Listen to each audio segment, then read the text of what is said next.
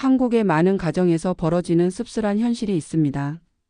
평생을 가족을 위해 헌신한 시어머니가 나이가 들면서 점점 집안의 짐이 되어가는 모습 말이죠. 오늘 들려드릴 이야기의 주인공도 그런 현실을 겪고 있었습니다. 그녀는 젊은 시절과 시집 와서부터 지금까지 오직 가족만을 위해 살아왔습니다. 하지만 세월이 흘러 그녀가 더 이상 쓸모 있는 존재가 아니라고 여겨지자 가족들의 태도는 차갑게 변했습니다. 그런데 어느 날 그 누구도 예상하지 못한 일이 벌어졌습니다. 단 하루 만에 모든 것이 뒤바뀌어 버린 것입니다. 그것은 정말로 통쾌한 인생 역전의 순간이었습니다. 안녕하세요. 저는 올해 73살이 된 김순자라고 합니다. 제가 겪은 일을 많은 분들께 들려드리고 싶어서 이렇게 나왔습니다. 저는 22살에 시집 와서 지금까지 51년을 한 집에서 살았어요. 남편은 작년에 폐암으로 세상을 떠났고 현재는 큰아들 부부와 중학생, 고등학생 손자 둘과 함께 살고 있습니다. 젊은 시절 제 하루는 새벽 5시에 시작됐어요. 시어머니 모시고 남편 출근 준비시키고 아이들 학교 보내느라 정신이 없었죠. 그때는 정말 힘들었지만 그래도 제가 이 집의 중심이었어요. 하지만 나이가 들면서부터 상황이 달라지기 시작했습니다. 특히 며느리 영희가 들어온 후로는 더욱 심해졌어요. 처음에는 어머님 제가 할게요 라며 착한 며느리인 척했지만 시간이 지나니까 본색이 드러나더라고요. 가장 충격적이었던 건 작년 추석 때였어요. 제가 명절 음식을 준비하려고 하니까 영희가 이렇게 말하더라고요. 어머님 이제 시대가 바뀌었어요. 어머님은 따로 드시는 게 좋을 것 같아요. 그러면서 제 앞에 레토르트 식품을 놓더라고요. 그날 저는 50년 동안 정성스럽게 차려온 제사상을 바라보면서 눈물이 났어요. 하지만 아들 앞에서 말할 수는 없었죠. 그 이후로 저는 늘 문칸방에서 혼자 식사를 해야 했습니다. 가족들은 거실에서 치킨을 시켜 먹으면서 웃고 떠들고 저는 혼자 냉장고에 남은 반찬으로 밥을 비벼 먹었어요. 주말마다 가족들은 놀러 다녔어요. 에버랜드도 가고 제주도 여행도 가고. 하지만 저는 단 한 번도 초대받은 적이 없어요. 한 번은 제가 나도 바다 구경을 하고 싶다고 했더니 영희가 어머님 멀미하시면 어떡해요? 라고 하더라고요. 더 가슴 아팠던 건 손자들의 태도였어요.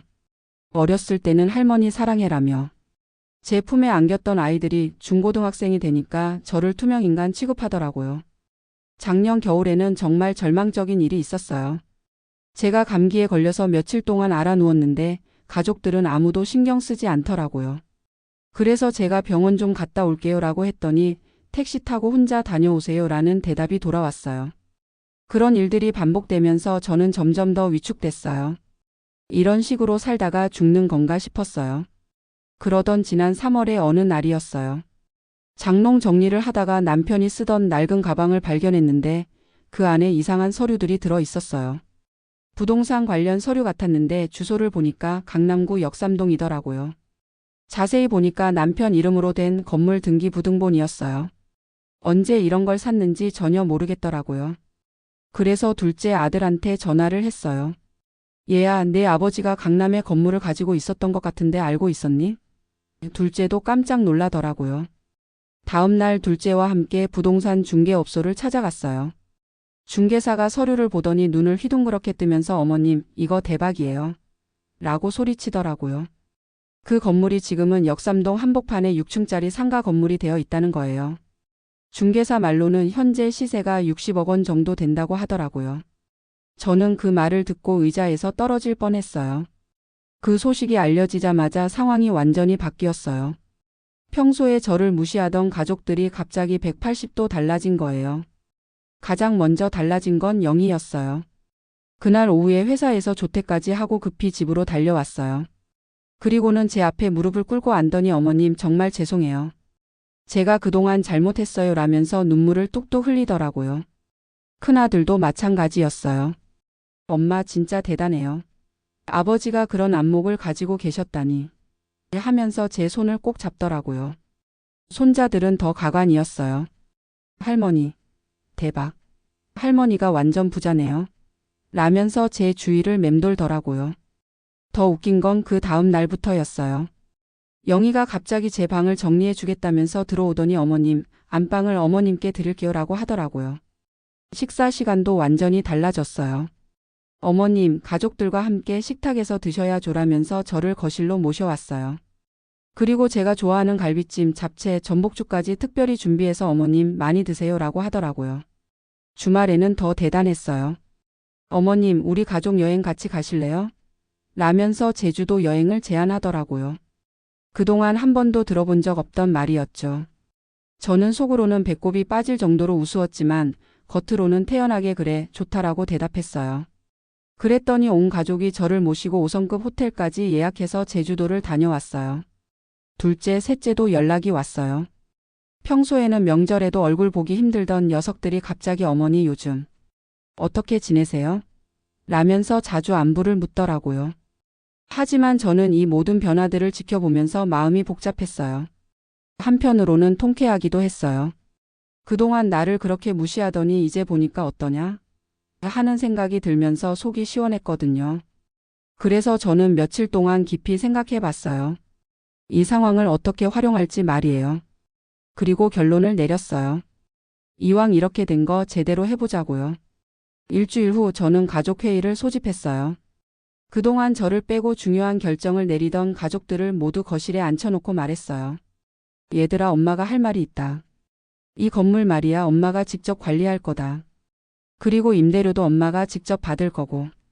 큰아들이 당황하면서 엄마 그런 복잡한 일을 라고 하려다가 제 표정을 보고 말을 멈췄어요. 그동안 너희들이 엄마를 어떻게 대했는지 잘 알고 있다. 이제는 엄마도 내 인생을 살 거야. 영희가 얼굴이 새하얗게 되면서 어머님, 제가 잘못했어요 라고 하더라고요. 하지만 저는 냉정하게 말했어요. 영희야, 이제부터는 각자 살자. 엄마는 2층에서 혼자 살 테니까 너희들은 1층에서 살아라. 그 다음 날부터 제 새로운 인생이 시작됐어요. 제일 먼저 한 일은 미용실에 가서 파마를 하고 새 옷을 산 거였어요. 그동안 낡은 옷만 입고 다녔는데 나름대로 괜찮은 옷들을 골라서 샀어요. 건물 관리는 전문 관리업체에 맡겼어요. 매월 나오는 임대료를 보니까 정말 깜짝 놀랐어요. 한 달에 나오는 돈이 제가 평생 만져본 돈보다 많더라고요. 그 돈으로 제일 먼저 한 일은 독거노인들을 위한 복지관에 기부한 거였어요. 저처럼 외롭게 지내시는 할머니, 할아버지들이 많다는 얘기를 듣고 마음이 아파서요. 여행도 다니기 시작했어요. 그동안 가보고 싶었던 유럽 여행도 가고 크루즈 여행도 갔어요. 혼자 가는 게 외로울까봐 걱정했는데 오히려 자유로워서 좋더라고요. 가족들과의 관계도 완전히 달라졌어요. 이제는 제가 원할 때만 함께 식사하고 제가 싫으면 안 해요. 영희가 어머님 저녁 같이 드실래요? 라고 물어보면 오늘은 친구들과 약속 있으니까 너희들끼리 먹어라라고 당당하게 말해요. 손자들도 완전히 달라졌어요. 이제는 저한테 정말 공손하게 대해요. 할머니 안녕히 주무셨어요? 할머니 학교 다녀오겠습니다 하면서 인사도 제대로 해요. 큰아들도 예전과는 완전히 다른 사람이 됐어요. 엄마 오늘 컨디션은 어때요? 엄마가 뭐 필요한 거 있으면 언제든지 말씀하세요 하면서 매일 안부를 물어봐요. 동네에서도 완전히 달라졌어요. 그동안 저를 불쌍한 할머니로 보던 사람들이 이제는 순자 언니 어디서 그런 복이 떨어졌어요? 라면서 부러워해요. 백화점 식품관에서도 대접이 달라졌어요. 제가 비싼 물건들을 사니까 직원들이 사모님 오늘도 오셨네요 라면서 VIP 대우를 해줘요. 은행에서도 마찬가지예요. 제가 큰 금액을 입출금하니까 지점장까지 나와서 인사하고 VIP 라운지에서 차까지 대접해줘요. 정말 돈이 있고 없고의 차이가 이렇게 클 줄 몰랐어요. 사람들의 태도가 이렇게나 달라질 수 있다니 새삼 놀랍더라고요. 가장 통쾌했던 순간은 지난달이었어요. 영희가 친정어머니를 모시고 와서 자랑하려고 하더라고요. 저희 시어머님이 강남에 큰 건물을 가지고 계시거든요 라면서요. 그런데 영희 어머니가 저한테 정말 복이 많으시네요. 며느리가 잘 모시는 것 같아서 복이 좋아요라고 하더라고요. 그 말을 듣고 저는 빙그레 웃으면서 글쎄요, 며느리가 잘하는지는 모르겠어요. 돈 생기고 나서 갑자기 달라지더라고요 라고 말했어요. 영희 얼굴이 새빨갛게 되는 걸 보니까 속이 시원했어요. 또 다른 통쾌한 순간은 큰아들이 직장에서 승진 누락이 됐다면서 풀이 죽어 있을 때였어요. 그런데 알고 보니 회사에서 투자자를 찾고 있다더라고요. 그래서 제가 엄마가 도와줄까? 라고 했더니 큰아들 눈이 번쩍 뜨더라고요. 결국 제가 그 회사에 투자를 했고 큰아들은 승진도 하고 연봉도 많이 올랐어요. 이제는 회사 사람들이 큰아들을 재벌 어머니를 둔 사람이라면서 부러워한다고 해요. 둘째는 제가 건물 하나를 더 사겠다고 하니까 엄마 제가 좋은 매물 알아볼게요 라면서 부동산 공부까지 하기 시작했어요. 셋째는 제가 여행을 좋아한다는 걸 알고는 엄마 다음에는 어디 가고 싶으세요? 제가 일정 짜드릴게요 라면서 여행 플래너가 되어버렸어요. 요즘은 새로운 취미도 생겼어요. 주식 투자를 시작했는데 생각보다 재미있어요. 증권회사에서 VIP 고객이라며 전담 매니저까지 배정해줬어요. 그리고 며칠 전에는 정말 기분 좋은 일이 있었어요. 제가 기부한 복지관에서 제 이름으로 된 프로그램을 만들어준다고 하더라고요. 김순자 할머니의 따뜻한 나눔 교실이라는 이름으로 독거노인 분들을 위한 프로그램을 운영한다고 해요. 그 소식을 들었을 때 정말 뿌듯했어요.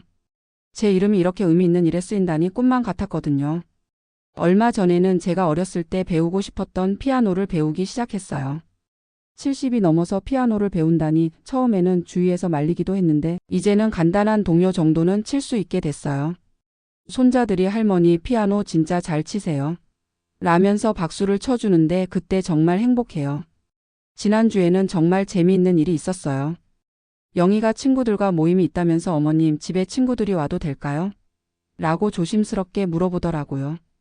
예전 같으면 제 의견은 묻지도 않고 마음대로 했을 텐데요. 그래서 제가 그럼 나도 내 친구들 불러서 파티할까?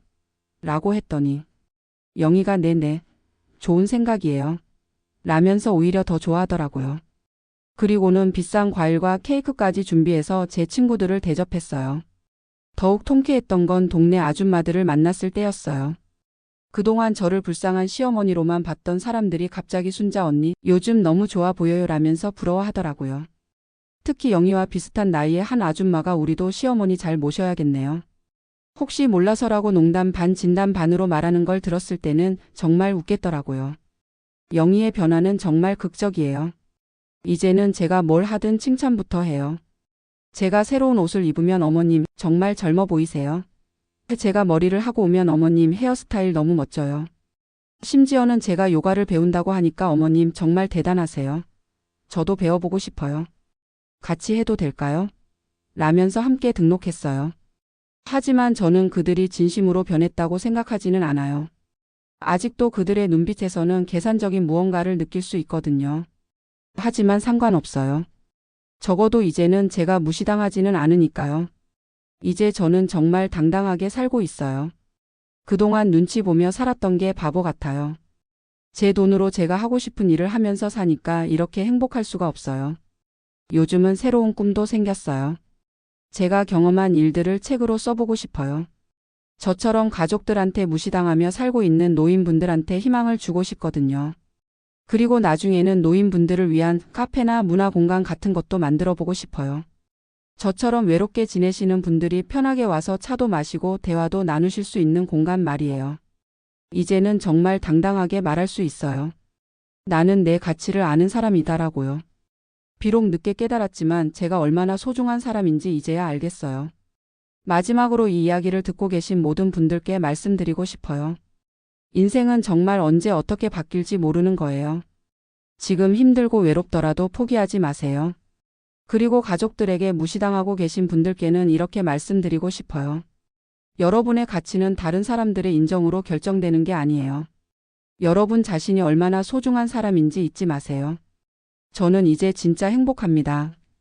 70이 넘어서야 이런 행복을 알게 됐지만 그래도 늦지 않았다고 생각해요. 앞으로도 제가 하고 싶은 일들을 하면서 의미 있는 인생을 살아갈 거예요. 혹시 저처럼 갑작스럽게 인생이 바뀌는 분들이 계시다면 그 기회를 놓치지 마세요. 그리고 그동안 여러분을 무시했던 사람들에게 당당하게 보여주세요. 여러분이 얼마나 대단한 사람인지 말이에요. 제 이야기를 들어주셔서 정말 감사합니다.